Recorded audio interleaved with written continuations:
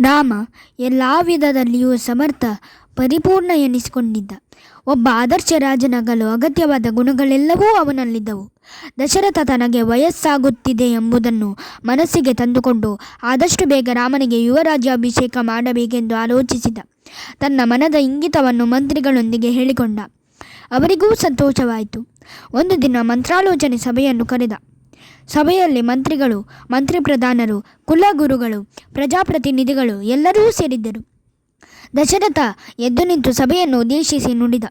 ಪೂಜ್ಯರೇ, ಮಂತ್ರಿಗಳೇ, ಪ್ರಜಾಪ್ರತಿನಿಧಿಗಳೇ, ನಿಮಗೆಲ್ಲ ತಿಳಿದಂತೆ ನನ್ನ ವಂಶಜರು ತಮಗೆ ವಯಸ್ಸಾಗುತ್ತಿದ್ದಂತೆ ರಾಜ್ಯಭಾರವನ್ನು ತಮ್ಮ ಜ್ಯೇಷ್ಠ ಪುತ್ರರಿಗೆ ಒಪ್ಪಿಸಿ ವಾನಪ್ರಸ್ಥಾಶ್ರಮವನ್ನು ಸ್ವೀಕರಿಸುತ್ತಿದ್ದರು.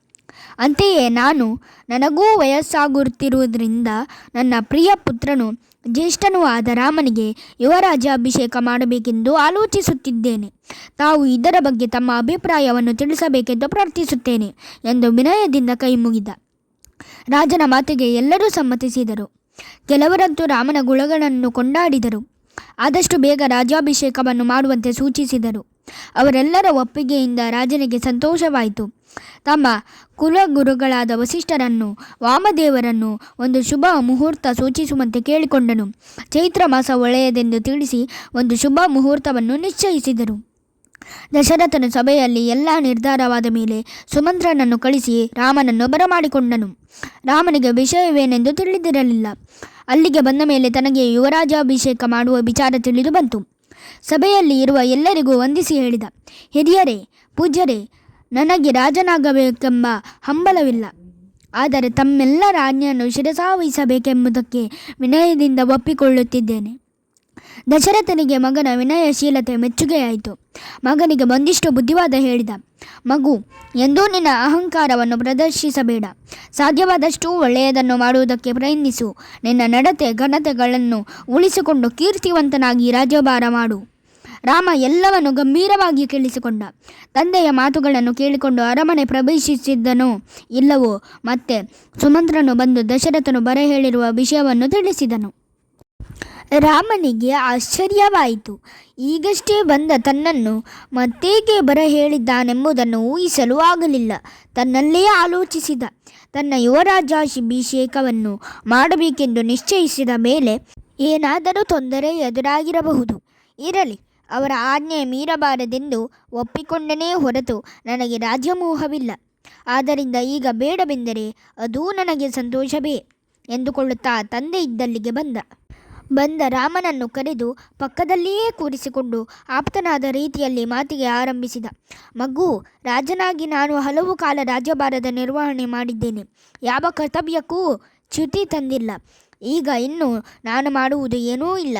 ಆದರೆ ಉಳಿದಿರುವ ಒಂದೇ ಒಂದು ಆಸೆ, ನಿನ್ನನ್ನು ಯುವರಾಜನನ್ನಾಗಿ ಘೋಷಿಸಿ ನನ್ನ ಹಿರಿಯರು ಕುಳಿತಿದ್ದ ಸಿಂಹಾಸನದ ಜವಾಬ್ದಾರಿಯನ್ನು ನಿನಗೆ ಒಪ್ಪಿಸುವುದು.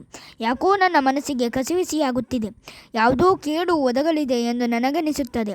ಆದ್ದರಿಂದ ಆದಷ್ಟು ಬೇಗ ನಾಳೆಯೇ ನಿನ್ನ ಯುವರಾಜ್ಯಾಭಿಷೇಕವನ್ನು ಮುಗಿಸಿಬಿಡಬೇಕೆಂದಿದ್ದೇನೆ.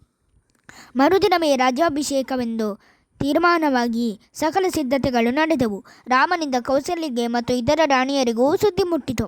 ರಾಮನಿಗೆ ರಾಜ್ಯಾಭಿಷೇಕ ಎಲ್ಲರಿಗೂ ಸಂತೋಷದ ವಿಷಯವಾಗಿತ್ತು. ಅಯೋಧ್ಯೆ ಇಂದ್ರನಗರಿ ಅನುರಾವತಿಯಂತೆ ಕಂಗೊಳಿಸಿತು. ಪ್ರಜೆಗಳ ಸಂತೋಷಕ್ಕೆ ಪಾರವಿಲ್ಲದಂತಾಯಿತು. ರಾಮ ಸೀತೆಯರು ಹಿಂದಿನ ದಿನದಿಂದಲೇ ದೀಕ್ಷಾಬದ್ಧರಾದರು. ಪುರೋಹಿತರು ಶಾಸ್ತ್ರೋಕ್ತವಾಗಿ ರಾಜ್ಯಾಭಿಷೇಕ ನೆರವೇರಿಸಲು ಬೇಕಾದ ಎಲ್ಲವನ್ನು ಪವಿತ್ರ ತೀರ್ಥಗಳನ್ನು ತರಿಸಿಕೊಂಡು ಇರಿಸಿದರು. ಆದರೂ ದಶರಥನ ಮನಸ್ಸಿನಲ್ಲಿ ಯಾವುದೋ ಭೀತಿ ಆವರಿಸಿತ್ತು. ಮರುದಿನ ಮುಹೂರ್ತ ಸಮರ್ಪಿಸುತ್ತಿದ್ದಂತೆ ರಾಮ ಸೀತೆಯರು ಎದ್ದು ಇನ್ನೇನು ಅರಮನೆ ಕಡೆಗೆ ಹೊರಡಬೇಕು ಎನ್ನುವಷ್ಟರಲ್ಲಿ ರಾಮನಿಗೆ ತುರ್ತು ಕರೆ ಬಂತು. ಒಮ್ಮೆಲೆ ರಾಮನಿಗೆ ಆಶ್ಚರ್ಯವೂ ಆತಂಕವೂ ಆಯಿತು. ಕೈಕೆಯ ಬಳಿಯಲ್ಲಿ ಅವಳ ಆಪ್ತ ದಾಸಿಯೊಬ್ಬಳು ಮಂಥರೆ ಎಂಬುವಳಿದ್ದಳು. ಸಣ್ಣ ಮಗುವಾಗಿದ್ದರಿಂದಲೂ ಕೈಯನ್ನು ಎತ್ತಿ ಮುದ್ದಾಡಿಸಿದವಳು. ಕೈಕೆಯ ಅವಳು ತಾಯಿಯಂತೆಯೂ ಸಖಿಯಂತೆಯೂ ದಾಸಿಯಂತೆಯೂ ಹಿತಚಿತ್ತ ಕಳೆಯೂ ಆಗಿದ್ದಳು. ಕೈಕೆಗಿಂತ ಮೊದಲೇ ರಾಮನ ರಾಜ್ಯಾಭಿಷೇಕದ ವಿಷಯ ತಿಳಿದು ಕೈಕೆಯ ಬಳಿಗೆ ಆತುರದಿಂದ ಓಡಿದಳು. ಆದರೆ ಅವಳಿಗೆ ಅಲ್ಲಿ ಕಂಡದ್ದು ಆಶ್ಚರ್ಯವಾಗಿತ್ತು. ಕೈಕೆಗೂ ವಿಷಯ ತಿಳಿದಿದ್ದು ಆ ಉತ್ಸವದಲ್ಲಿ ಭಾಗವಹಿಸಲು ಸಂಭ್ರಮದಿಂದ ಸಂತೋಷದಿಂದ ವಿಶೇಷವಾಗಿ ಅಲಂಕರಿಸಿಕೊಂಡಿದ್ದಳು. ಅದನ್ನು ಕಂಡ ಮಂಥರೆ ದಿಗ್ಭ್ರಾಂತಳಾಗಿ ಕೈಕೆ, ಏನಿದು ನಿನ್ನ ಅವತಾರ? ನಿನಗೂ ನಿನ್ನ ಮಗನಿಗೂ ಪ್ರಾಣ ಸಂಕಟ ಎದುರಾಗಿರುವಾಗ ಏನೂ ಅರಿಯದ ಅಜ್ಞಾನಿಯಂತೆ ಸಂತೋಷದಿಂದ ಬೀಗುತ್ತಿರುವೆಯಲ್ಲ. ನಿನ್ನ ಹುಚ್ಚುತನಕ್ಕೆ ಏನು ಹೇಳಬೇಕು ಎಂದಳು. ಯಾಕೆ ಮದ್ದರೆ ಹೀಗೆಲ್ಲ ಏನೇನೋ ಬಡಬಡಿಸುತ್ತಿರುವೆಯಲ್ಲ? ನಿನಗೆ ತಿಳಿದಿಲ್ಲವೇನೋ? ನಮ್ಮೆಲ್ಲರ ಪ್ರೀತಿಯ ಪುತ್ರ ರಾಮನಿಗೆ ಇಂದು ಯುವರಾಜ್ಯಾಭಿಷೇಕ. ನಮಗೆಲ್ಲರಿಗೂ ಎಷ್ಟು ಸಂತೋಷವಾಗಿದೆ ಊಹಿಸಬಲ್ಲೆಯಾ ಎಂದು ಹರ್ಷದಿಂದ ಹೇಳಿದಳು. ಮೂರ್ಖಳೆ, ತಲೆ ಮೇಲೆ ಆಕಾಶ ಕಳಚಿ ಬೀಳುತ್ತಿರುವಾಗ ನೀನು ನೆಮ್ಮದಿಯಿಂದ ಹೀಗೆ ಕುಳಿತಿದ್ದೀಯಲ್ಲ, ನಿನ್ನ ಭವಿಷ್ಯ ಏನಾಗುವುದೋ ತಿಳಿದಿರುವೆಯೇನು? ರಾಮನನ್ನು ಯುವರಾಜನನ್ನಾಗಿ ಮಾಡಲಿದ್ದಾರೆ. ಹಾಗಾದರೆ ನಿನ್ನ ಮಗನ ಸ್ಥಿತಿ ಏನು? ಭಿಕಾರಿಗಳಂತೆ ಬಾಳಬೇಕು. ನೀನೇನೋ ನೆಮ್ಮದಿಯಿಂದ ಇರಬಲ್ಲೆ, ಆದರೆ ನಿನ್ನ ಸ್ಥಿತಿಯನ್ನು ನೆನೆಸಿಕೊಂಡರೆ ಪ್ರಾಣ ಹೋದಂತಾಗಿದೆ ನನಗೆ. ಕೈಕೆಗೆ ಅವಳು ಮಾತುಗಳು ಅರ್ಥ ಆಗಿಲ್ಲ. ಇಡೀ ನಗರವೇ ಅಷ್ಟೊಂದು ಸಂಭ್ರಮ ಪಡುತ್ತಿರುವಾಗ ಇವಳೇಕೆ ಹೀಗೆ ನಡೆದುಕೊಳ್ಳುತ್ತಿದ್ದಾಳೆ ಎನಿಸಿತ್ತು. ಮಂಥರೆ, ಎಂಥ ಒಳ್ಳೆ ಸುದ್ದಿಯನ್ನು ಹೇಳಿ ಏನೇನೋ ಮಾತನಾಡುತ್ತಿರುವೆಯಲ್ಲ. ರಾಮ ರಾಜನಾದರೆ ಅದಕ್ಕಿಂತ ಬೇರೆ ಸಂತೋಷ ಏನಿದೆ? ರಾಮ ನಮ್ಮೆಲ್ಲರ ಪ್ರಿಯ ಪುತ್ರ. ಅಲ್ಲದೆ ವಂಶ ಪಾರಂಪರ್ಯದಂತೆ ಹಿರಿಯ ಪುತ್ರನಾದವನಿಗೆ ರಾಜ್ಯಾಭಿಷೇಕವಾಗಲಿದೆ. ಇದರಲ್ಲಿ ಯಾರಿಗೇನು ನಷ್ಟ?